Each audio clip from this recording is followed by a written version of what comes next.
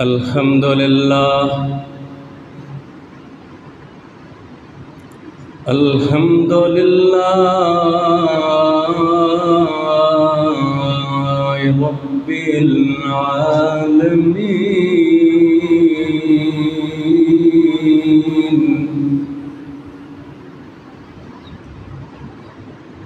والعاقبة للمتقين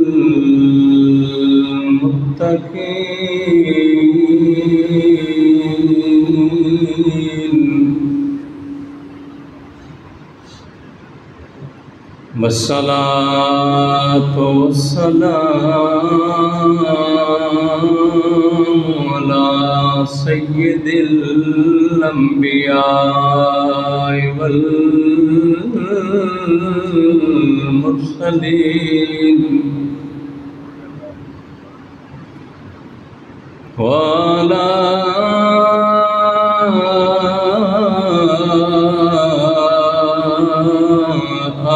آله الطيبين الطاهرين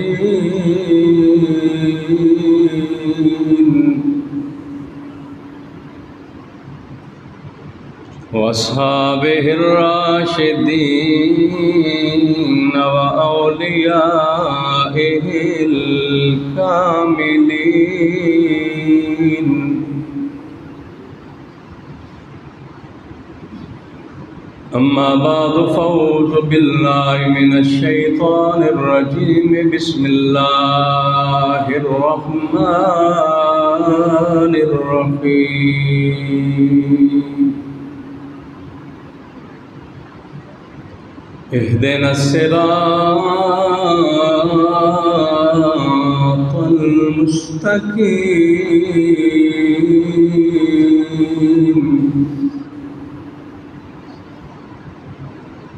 صدق الله مولانا العظيم وصدق رسوله النبي الكريم الأمين إن الله وملائكته يصلون على النبي يا أيها الذين آمنوا صلوا عليه وسلموا تسليما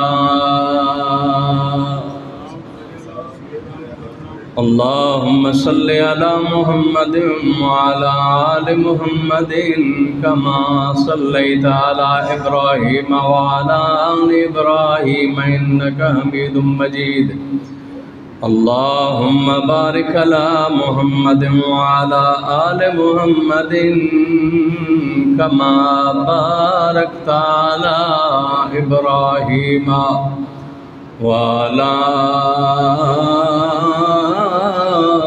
آل إبراهيم إنك حميد مجيد اللهم صل على محمد وعلى آل محمد بعدد كل ذرة مئة ألف مرة اللهم صل على سيدنا مولانا محمد عدد ما في علم الله صلاة دائمة بدوام ملك الله درود پاک بحضور سرور کائنات پڑھیے صلی اللہ علیہ یا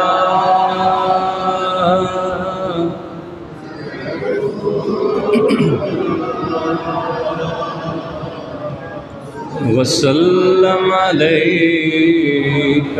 یا حبیب اللہ صلی اللہ علیہ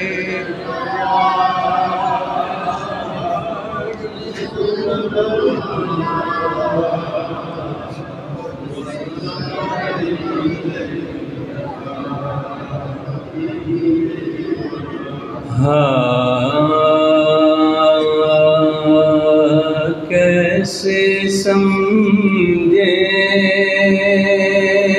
گے تیری شان زمانے والے کیسے سمجھیں گے تیری زمانے خود مٹیں گے وہ تیرا نام مٹانے والے پڑھیے خود مٹیں گے وہ تیرا نام مٹانے اور کیا ضرورت ہے کہ ہم چاند کا جلوہ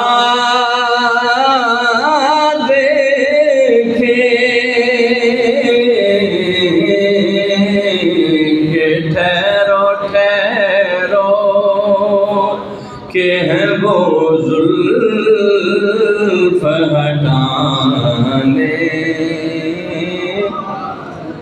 ٹھہرو ٹھہرو کہ ہے وہ زلف ہٹانے اور جو ہی طیبہ سے میں نکلوں تو کہے یوں آقا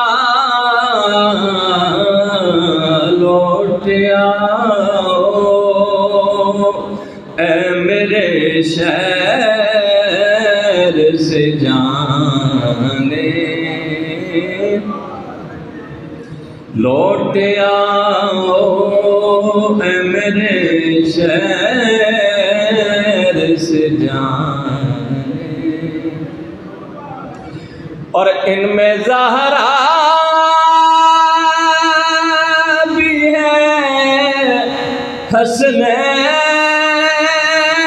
حسنین بھی اور مولا علی کتنے اعلیٰ ہیں محمد کے گھرانے والے کتنے اعلیٰ ہیں محمد کے گھرانے بعد عبدالصلاۃ جمی حاضرین و سامعین گرامی کا السلام علیکم ورحمۃ اللہ وبرکاتہ و مغفرتہ 23 رمضان المبارک 1444 ہجری ہے۔ رمضان المبارک کا وہ حشرہ ہے کہ جس حشرے میں اللہ تعالیٰ نے اپنا قرآن نازل فرمایا اور وہ رات ہے جس رات قرآن کی برکت سے اللہ تعالیٰ نے جس کو 1000 مہینوں پہ زیادہ فضیلت والا بنا دیا ہے اور بالخصوص ہمارے لیے اہلیان پاکستان کے لیے 27 رمضان وہ عظیم رات ہے جس رات اللہ نے ہمیں یہ پیارا ملک پاکستان عطا فرمایا۔ ساری نسبتیں ہونے کے باوجود اس مہینے کی 21 تاریخ اس عشرے کی پہلی 21 رمضان المبارک 40 ہجری حضرت مولا علی حیدر کرار کرم اللہ وجہ الکریم علیہ السلام کا یوم شہادت ہے۔ وہ ہستی کہ جس پہ کتاب لاریب کی 300 سے زائد آیتیں اللہ تعالیٰ نے نازل فرمائی۔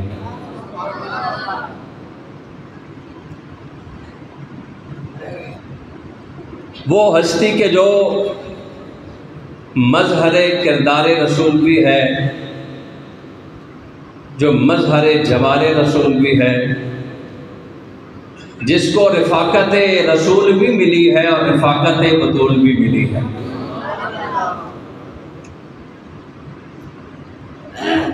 ایسی ہستی کہ جس کے بارے میں نبی پاک علیہ السلام نے فرمایا ہو، اے علی، لوگ حالت جنابت میں خدا کے گھر میں داخل نہیں ہو سکتے، اور تجھے اور مجھے اللہ نے حالت جنابت سے پاک کر دیا۔ جس پہ جنابت آتی ہی نہیں ہے، جس کو کملی والے مصطفیٰ نے بھی پاک کیا ہے اور کائنات کے بنانے والے خدا نے بھی پاک کیا ہے، جس گھرانے پہ اللہ تعالیٰ نے آیت تطہیر نازل فرمائی ہے، اس ہستی کا یوم شہادت ہے۔ نبی پاک صلی اللہ علیہ وسلم کے جمیع صحابہ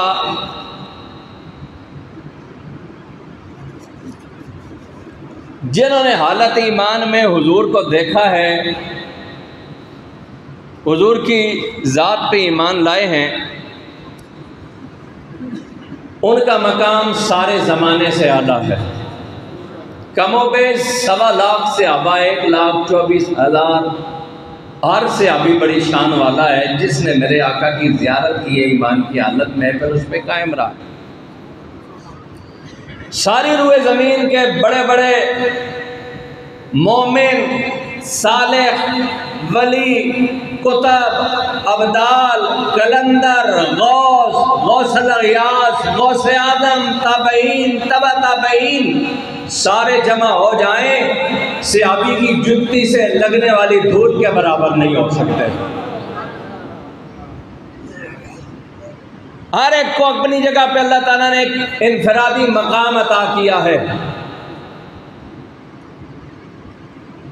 مثلا جناب صدیق اکبر کو دیکھو تو کملی والے نے غار کا ساتھی بھی بنایا ہے اور قیامت تک مزار کا ساتھی بھی بنا دیا ہے۔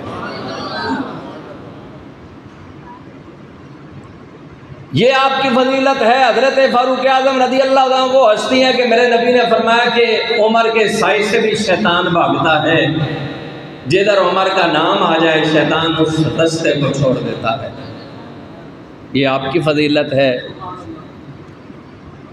حضرت عثمان ذو النورین وہ ہستی ہیں کہ جن کے نکاح میں امام الانبیاء کی 2 صاحبزادیاں آئی ہیں، اور روئے زمین میں کوئی ایسا بندہ نہیں ہے جس کے نکاح میں کسی عام نبی کی 2 بیٹیاں ہوں، اور عثمان وہ صحابی ہے امام الانبیاء کی 2 بیٹیاں جس کے نکاح کے اندر ہیں۔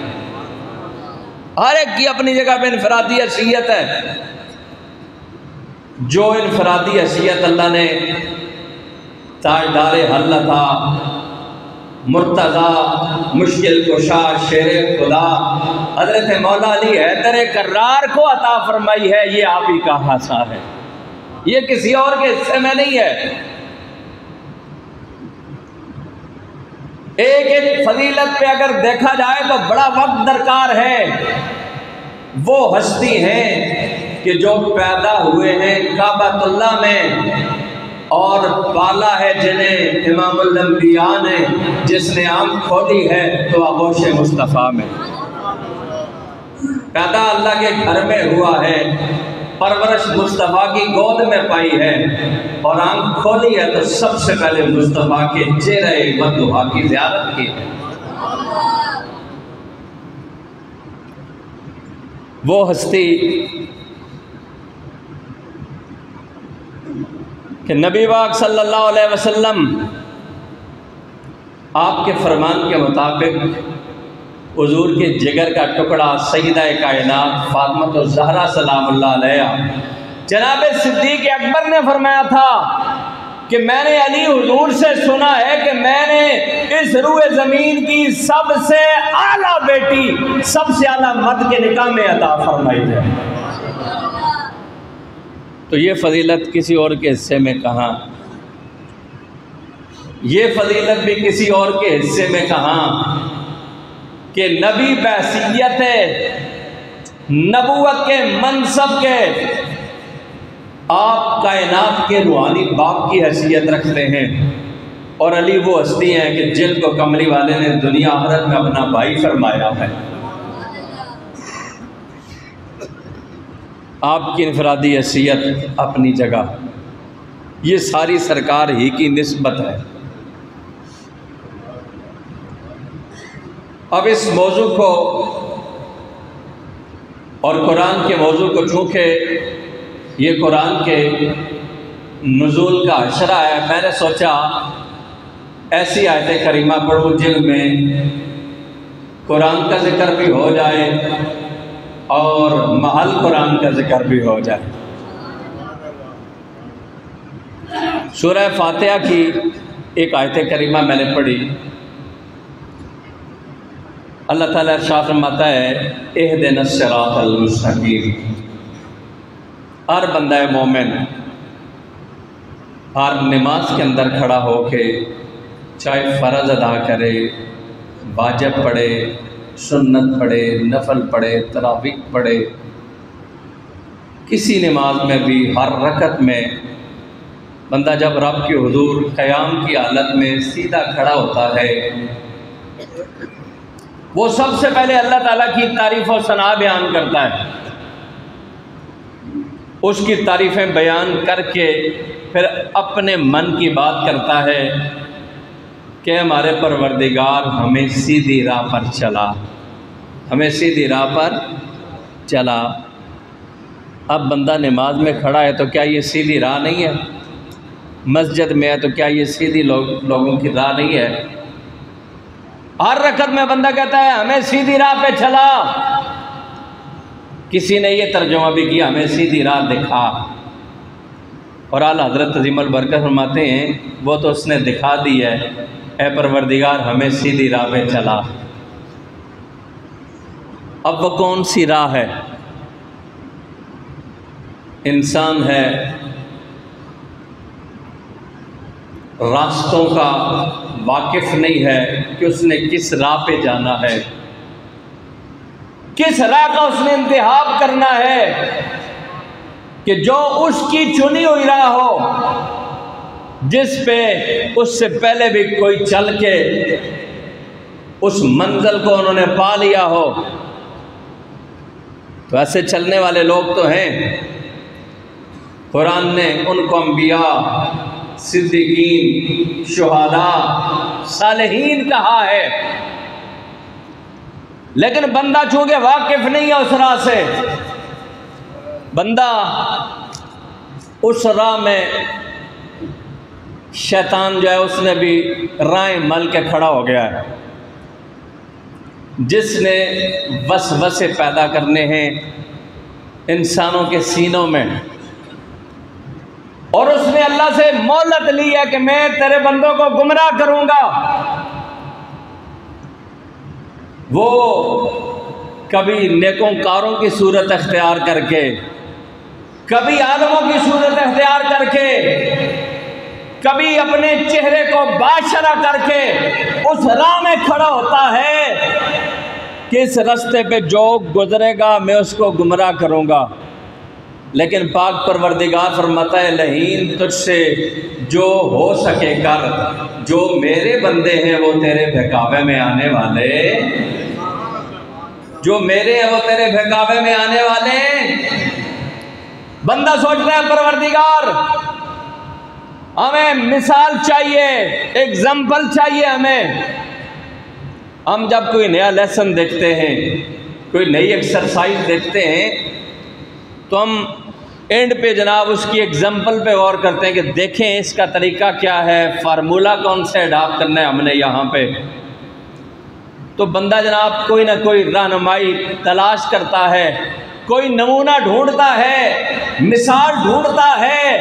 تو بندے کہتے ہیں مالک پھر ہمیں کوئی نمونہ ہی بتا دے، کوئی ایسے نمونے جنہوں نے اپنے آپ کو قرآن میں ڈھال لیا ہو، ہدایت جن کے پاس ہو، جن کے راستے پہ چل کے ہم شیطان کے بہکاووں سے بچ جائیں، اور جن کے پیچھے چل کے ہم اس راستے پہ آ جائیں جو تو نے ہمارے لیے چنا ہوا ہے۔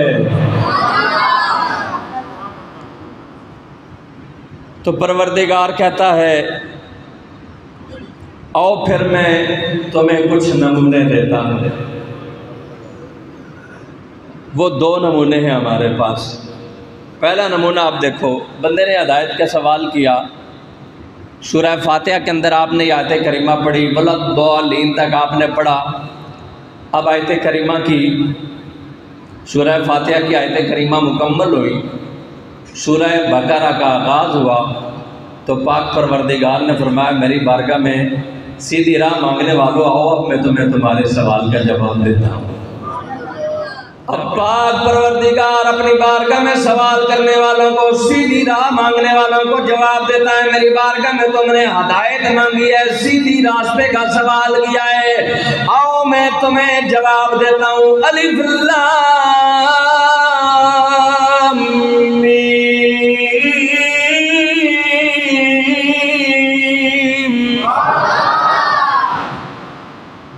اللہ رب العالمین نے سورہ بقرہ کے اندر حروف مقطعات بیان کر کے فرمایا الف لام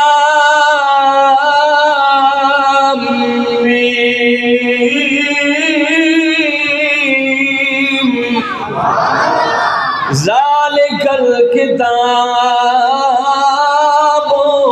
لا ریب فیہ ھدی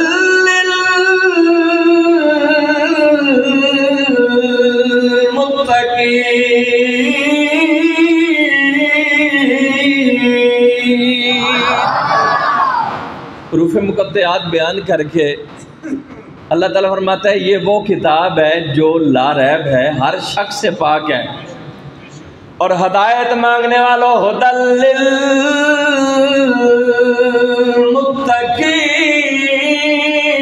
للمتقین۔ پہلا نمونہ یہ کہ یہ پرہیزگاروں کے لیے ہدایت ہے۔ بولو کن کے لیے ہدایت ہے؟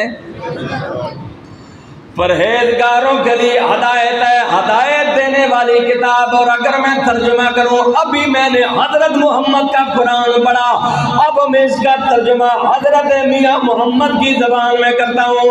آپ فرماتے ہیں لوگوں، ایک قرآن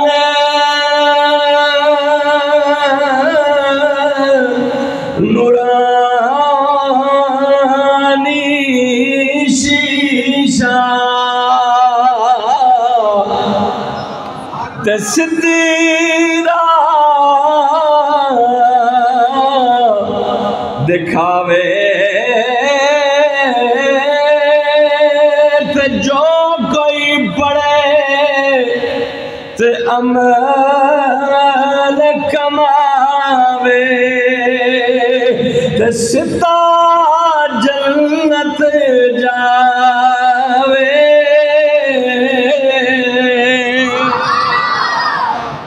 یہ قرآن ہے جو ہدایت کا نمونہ ہے، جو اللہ تعالیٰ نے تمہیں بطور ہدایت دیا ہے۔ ایک نمونہ یہ ہے تمہارے پاس۔ اب بندہ کہتا ہے مالک یہ تو تیرا کلام ہے، یہ قرآن ہے، تیری بولی ہے، کملی والے کی بولی ہے۔ مالکہ کسی انسانی صورت میں کوئی ہدایت کا نمونہ دکھا۔ پاک پروردگار نے کہا آؤ میرے نبی کریم کی بارگاہ میں، کملی والے کی بارگاہ میں آؤ اور سوال کرو۔ سونیا ہے کوئی اس راہ پہ چلتا پھرتا قرآن جو ہدایت کا نمونہ ہو، جس کے پیچھے چلے تو ہم ہدایت والے ہو؟ کملی والے نے فرمایا قرآن ہدایت ہے، اور میرے نبی نے فرمایا علی القرآن والقرآن علی۔ سرکار نے ہمارا علی قرآن کے ساتھ ہے اور قرآن اب یہ جدا نہیں ہوں گے، نہ علی قرآن سے جدا ہوگا، نہ قرآن علی سے جدا ہوگا، نہ حضور قرآن سے جدا، نہ حضرت علی سے جدا، نہ علی قرآن سے جدا، نہ قرآن علی سے جدا۔ اب ذرا غور کرو، اس نسبت پہ غور کرو، کملی والے مصطفیٰ کے ساتھ خدا ہے اور مصطفیٰ کے ساتھ مرتضیٰ ہے۔ انی معاکم، میں تمہارے ساتھ ہوں، کائنات کا بنانے والا رب مصطفیٰ کے ساتھ ہے۔ میرے نبی نے فرمایا قرآن اللہ نے میرے سینے پہ اتارا ہے، اور وہ قرآن حضور کہتے ہیں علی کے ساتھ ہے، علی قرآن کے ساتھ ہے۔ اب حضرت مولا علی حیدر کرار جو وارث علوم رسول ہے، جو کملی والے کے علم کا وارث ہے، سرکار کی گود کا پلا ہوا ہے۔ آپ دیکھو نا، جب نبی پاک صلی اللہ علیہ وسلم کے چچا حضرت عبد المطلب کے ہاں مولا علی کی ولادت ہوئی نا کعبۃ اللہ کے اندر، پہلی بات تو یہ کہ 3 دن گزر گئے، حضرت علی پاک نے آنکھیں نہیں کھولی، تو حضرت فاطمہ بنت اسد نے، جن کو میرے آقا اپنی ماں کہا کرتے تھے، جس پاک بی بی کو میرے مصطفیٰ کریم علیہ السلام اپنی ماں فرماتے تھے، حضرت فاطمہ بنت اسد، اور یہ وہ خاتون ہے جن کو ساری زندگی حضور نے ماں جیسی ادب والی نگاہ سے دیکھا ہے، اور حضور کی ماں کے بعد اسی ماں نے تو حضور کو پالا ہے نا۔ حضرت فاطمہ بنت اسد کا جب وصال ہوا نا، تو سرکار کی آنکھوں سے چھم چھم نین وہ آنسو گرنے لگے۔ سرکار نے اپنی قمیض مبارک دی، فرمایا اس میری ماں کو اس محمد کے بدن سے لگنے والی قمیض کا کفن پہنا دو۔ پھر کفن پہنانے کے بعد کتنی عظیم ماں ہے جس کی جنازے کی 4 پائی کو امام الانبیاء کندھا دے رہے ہیں،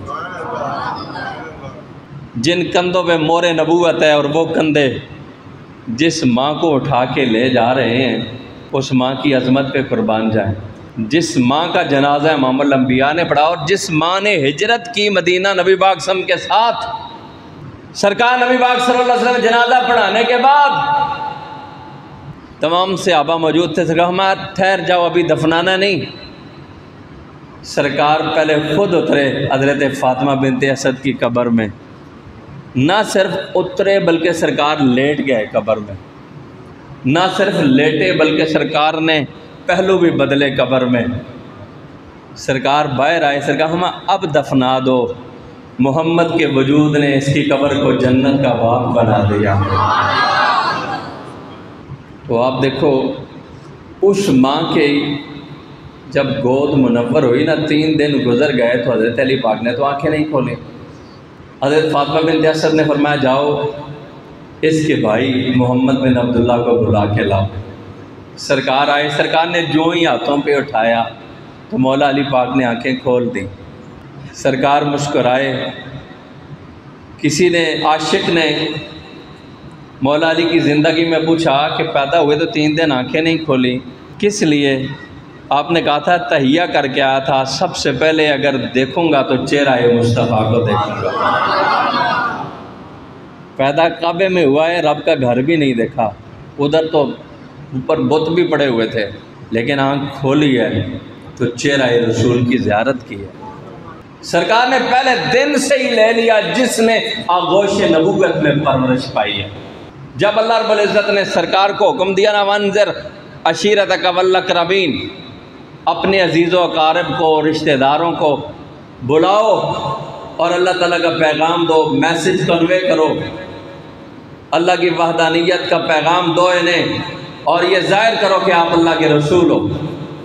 40 کے قریب بڑے بڑے قریش کے سردار سرکار نے بلائے، جن میں ابو جہل، ابو لہب، یہ سارے سرکار کی برادری رشتہ دار جمع ہیں، اور سرکار نبی پاک صلی اللہ علیہ وسلم نے اس جبل ابو قبیس کی پہاڑی پہ ان سب کو کہا کہ میں اللہ کا رسول ہوں، میں اللہ کا رسول ہوں، میں تمہیں اس کی وحدانیت کی طرف دعوت دیتا ہوں، اس لیے تمہیں بلایا ہے کوئی تم میں میرا ساتھ نبھانے والا، میری ذات پہ ایمان لانے والا؟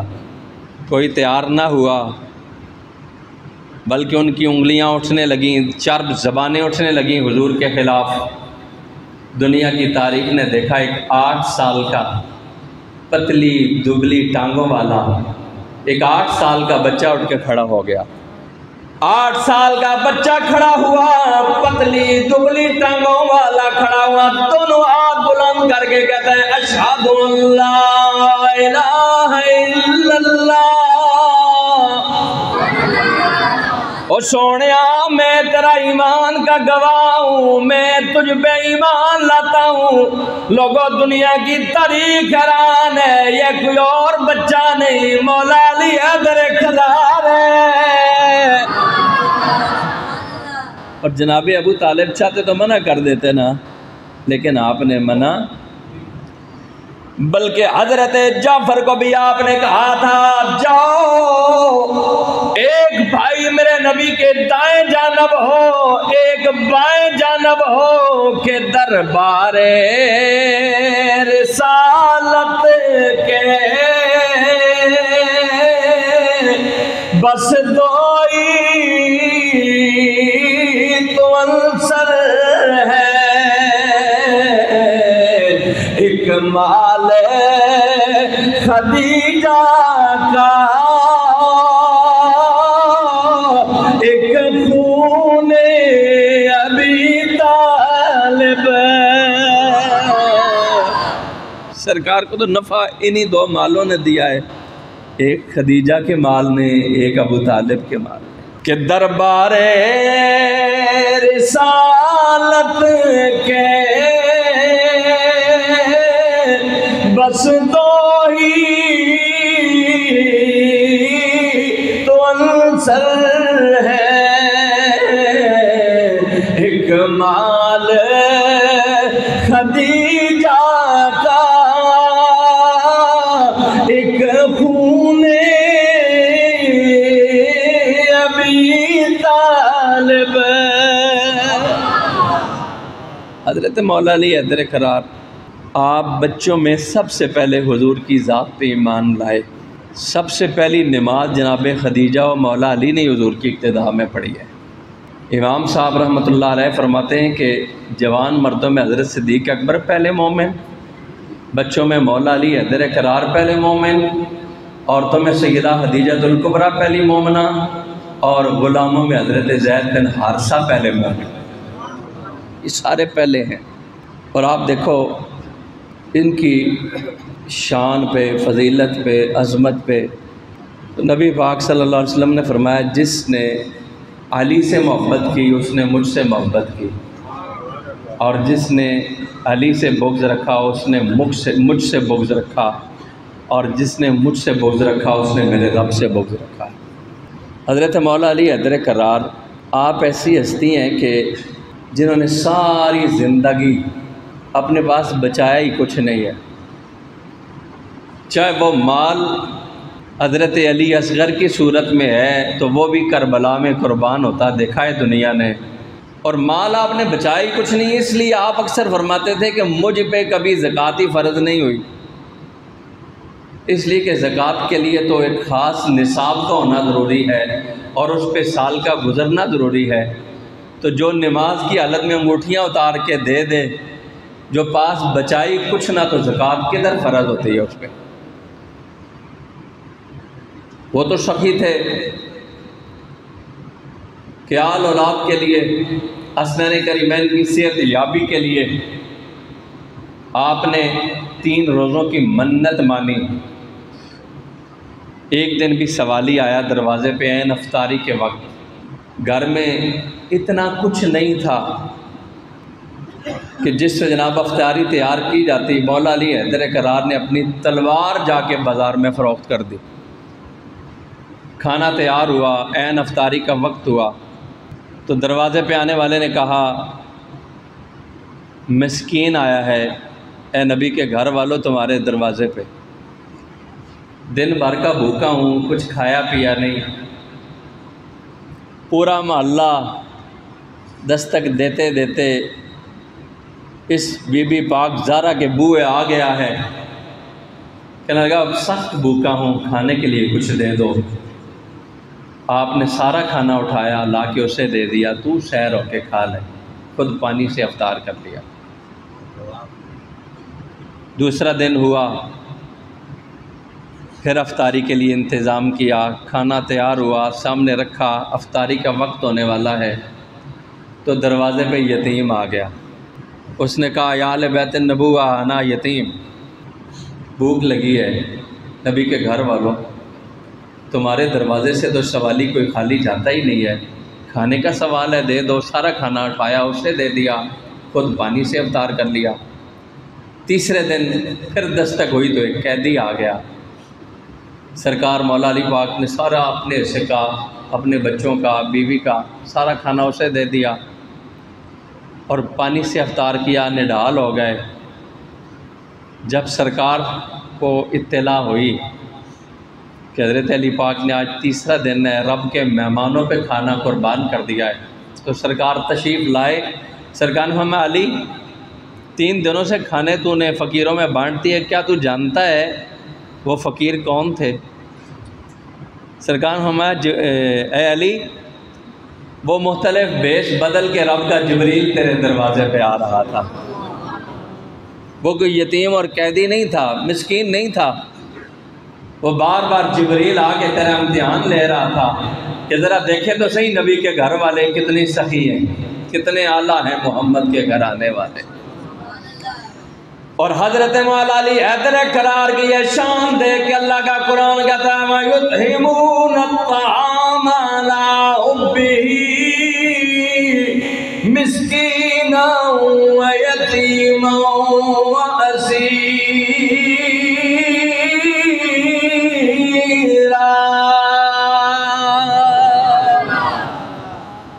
اور دکھاوا نہیں، وہ اللہ کی محبت میں ایسا کرتے ہیں، اللہ کی محبت میں ایسا کرتے ہیں۔ حضرت مولا علی حیدر قرار کی بارگاہ ہے، ایک بندہ سفر پہ جا رہا ہے جس نے ایک جنگل بیابان سے گزرنا ہے، مولا علی کی بارگاہ میں کہنے لگا اس جنگل میں بڑے بڑے درندے موجود ہیں، ڈرتا ہوں کہیں مجھے نقصان نہ پہنچائے۔ مولا علی نے اپنی انگوٹھی اتار کے دی، فرمایا یہ علی کی انگوٹھی لے جاؤ، اگر کوئی درندہ تیرے سامنے آ جائے اس کو اس کے سامنے کر دینا، وہ جانے اور رب کا شیر جانے۔ حضرت مولا علی حیدر قرار نے فرمایا جنگل کا شیر آئے گھبرانا نہیں ہے، تو علی کا غلام ہے، انگوٹھی دکھانا تیرا کام ہے، پھر وہ جنگل والا شیر جانے، رب کا شیر جانے۔ بندہ جنگل سے گزر رہا تھا، سامنے سے ایک شیر آ گیا، اس نے آ کے چنگاڑا، بندہ ڈر گیا، پھر خیال آیا ڈرتا کیوں ہے، شیر خدا کی انگوٹھی دکھانا اسے۔ انگوٹھی سامنے کی، پہلے اس نے شیر نے آسمان کی جانب اپنا چہرہ بلند کیا، پھر زمین کی جانب نیچے کیا، پھر شمال جنوب مشرق مغرب میں چنگاڑنے کے بعد چلا گیا۔ اب وہ بندہ اپنے سفر پہ گیا، کچھ دن وہاں قیام کر کے جب واپس آیا، حضرت مولا علی حیدر قرار کی بارگاہ میں آگے کہنے لگا اے علی میں جنگل سے گزر رہا تھا، جنگل کا درندہ آیا ہے اور علی میں نے تمہاری والی انگوٹھی دکھائی ہے، تم ہلاتا چلا گیا ہے۔ حضرت مولا علی نے فرمایا مجھے قسم ہے اس پیدا کرنے والی ذات کی، اس نے کہا دائیں بائیں آگے پیچھے دیکھے گا، جس رستے میں نام لینے والا علی کا نام لے گا میں اس راہ میں کبھی نہیں آؤں گا۔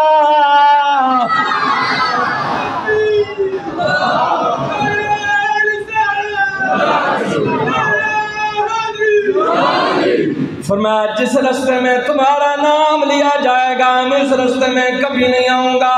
اور لوگوں یہ وہ ہستی ہیں مولا علی حیدر قرار، آپ 21 رمضان المبارک کو آپ شہر نجف کے اندر، عراق کے اندر زیر زمین چلے گئے، لیکن لوگوں ذرا غور کرو تمام جمیع صحابہ کی بارگاہ میں اگر جناب صدیق اکبر کا زمانہ ہے، جب کوئی علمی مسئلہ پیش آئے کہتے ہیں بلاؤ علی کو۔